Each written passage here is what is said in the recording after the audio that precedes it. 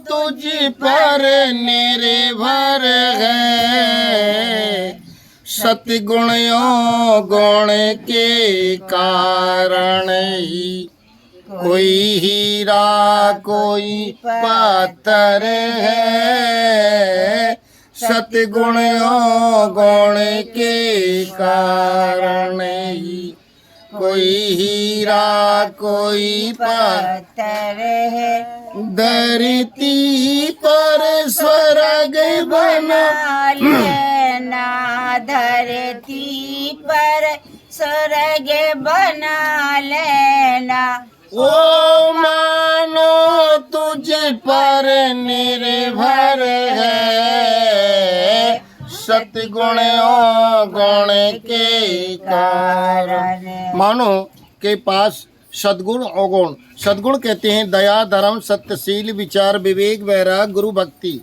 यदि ये गुण धारण है मनुष्य में तो वो हीरा जीवन जिएगा, उसकी जिंदगी हीरा में मानी जाएगी। और जिसके अंदर अवगुण है, काम क्रोध मद लोभ मोह अहंकार आदि है, ये अवगुण है।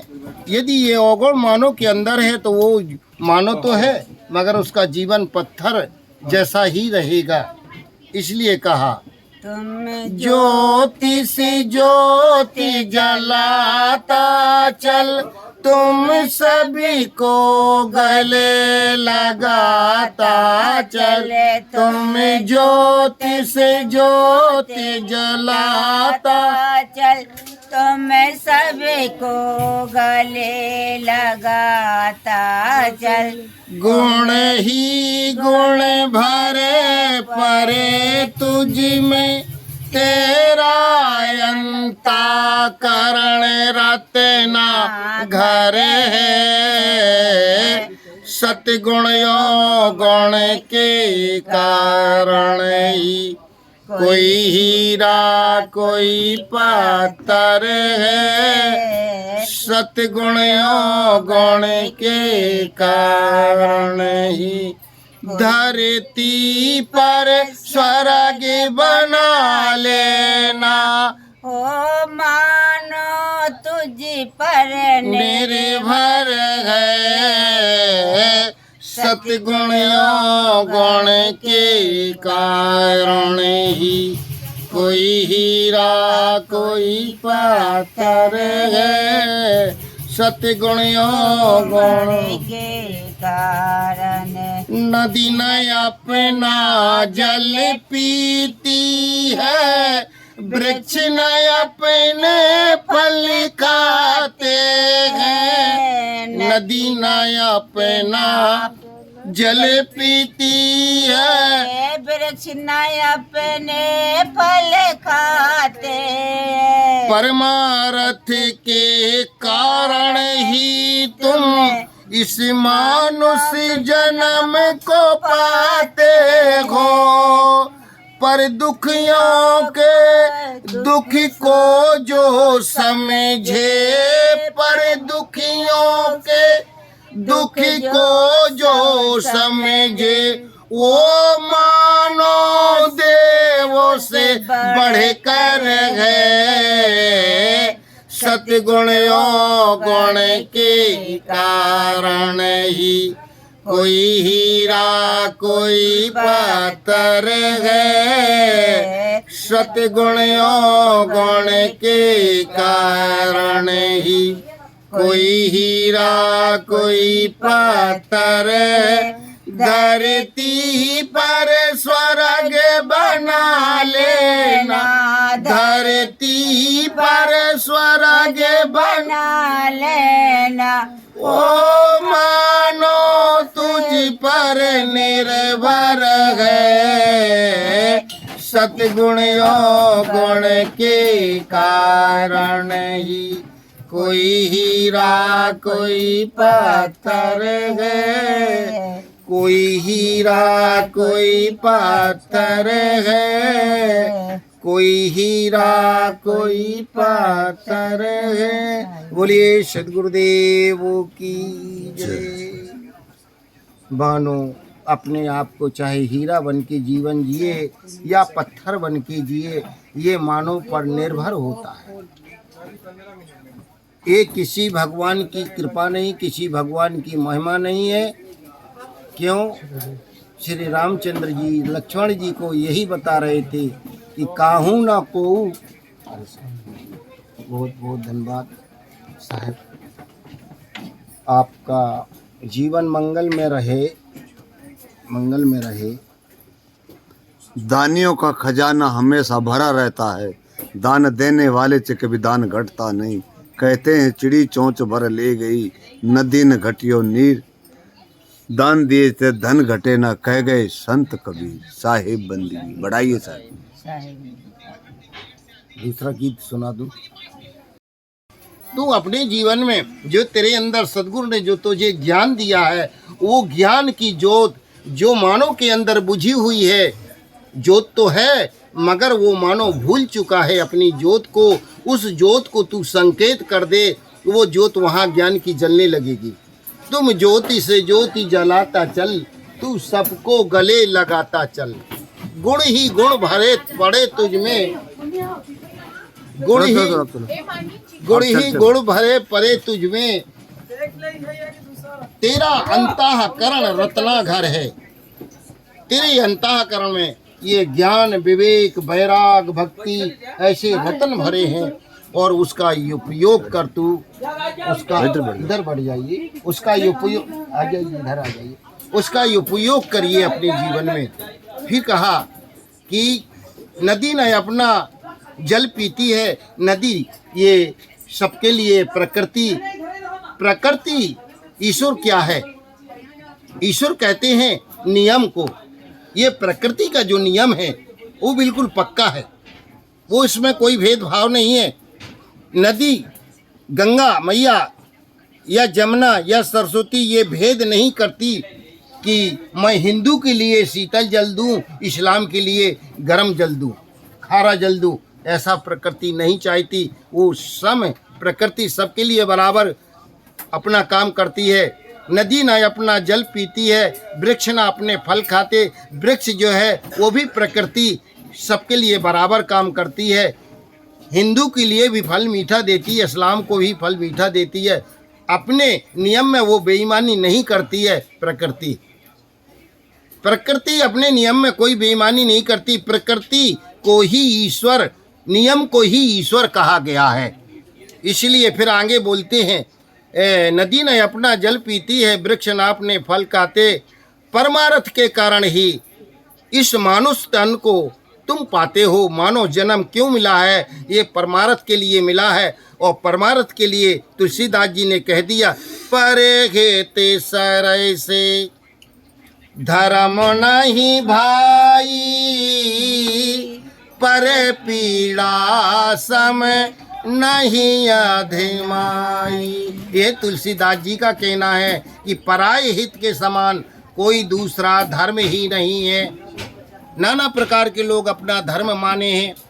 बताया है यहाँ, हिंदू धर्म ना धर्म है, धर्म ना मुस्लिम जैन, और धर्म है मन की पवित्रता, धर्म सुख शांति चैन।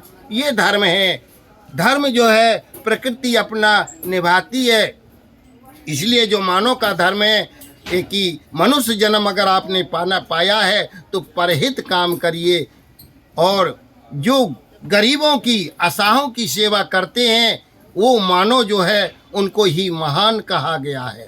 वो देवों का देव उसी को कहा गया है जो किसी की मदद करते हैं और गरीबों पे दया करते हैं। तो बताया है, जहाँ दया तहाँ धर्म है, और जहाँ पाप अभिमान, और तुलसी दया न छोड़िए, जब तक घट में प्राण। ये जिंदगी कब कहाँ रह जाए, कब कहाँ चली जाए। सफ़र में आज हम बैठे हैं, कल बैठ पाएँ या ना बैठ पाएँ, कल चल पाएँ या ना चल पाएँ, ये कोई ज़रूरी नहीं है। इसलिए हमें होश में जीना है। बेहोश की ज़िंदगी बेकार है। हमें ज़िंदगी अपनी होश में जीना होगी। जागते हुए जीना है, होश में बोलना है, होश में खाना है, होश में चलना है, बेहोश नहीं रहना है। इसलिए आगे कहते हैं कि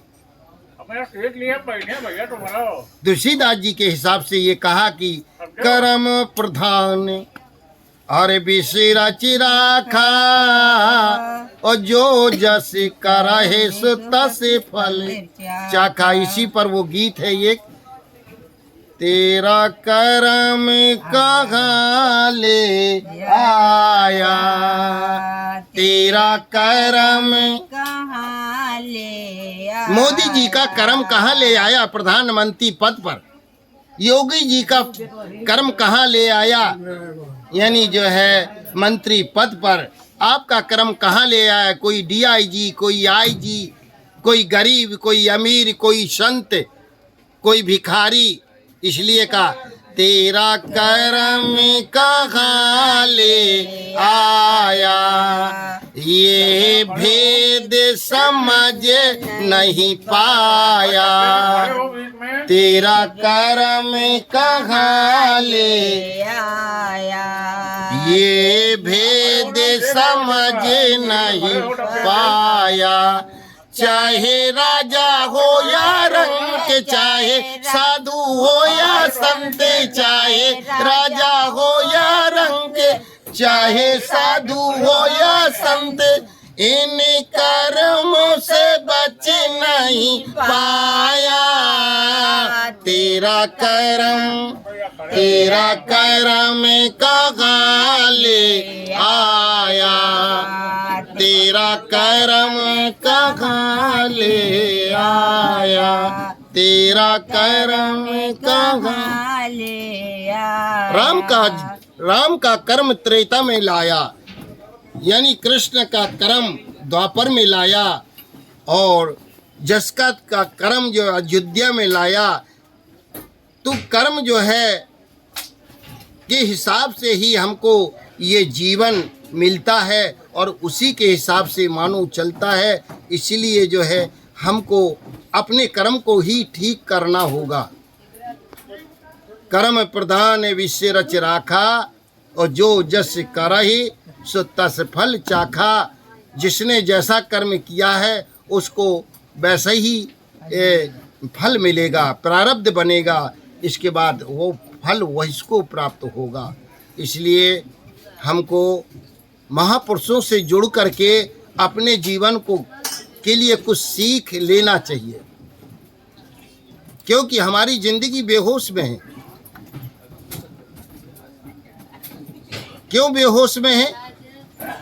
हम होश में नहीं हैं इसलिए गाली बकते हैं, हम होश में नहीं हैं इसलिए मांस खाते हैं, हम होश में नहीं हैं अंडे खाते हैं, हम होश में नहीं हैं हम गुटखे खाते हैं, हम होश में नहीं हैं हम घूस लेते हैं, हम होश में नहीं हैं दूध में पानी मिलाते हैं, घी में डालडा मिलाते हैं। ये सब बेहोशी का काम है। इसलिए हमको होश में रहना होगा, और होश में यदि हम हैं तो हमारे बच्चे भी होश में रहेंगे और जीवन अच्छा चलेगा, परिवार अच्छा चलेगा और सबको अच्छा ही मिलेगा। इसलिए होश में रहने के लिए हमें किसी महापुरुष से जोड़ना चाहिए, और जब तक हम महापुरुष से नहीं जुड़ेंगे जब तक हमको भेद नहीं मिलता है। क्यों? महापुरुष ही भेद जानते हैं।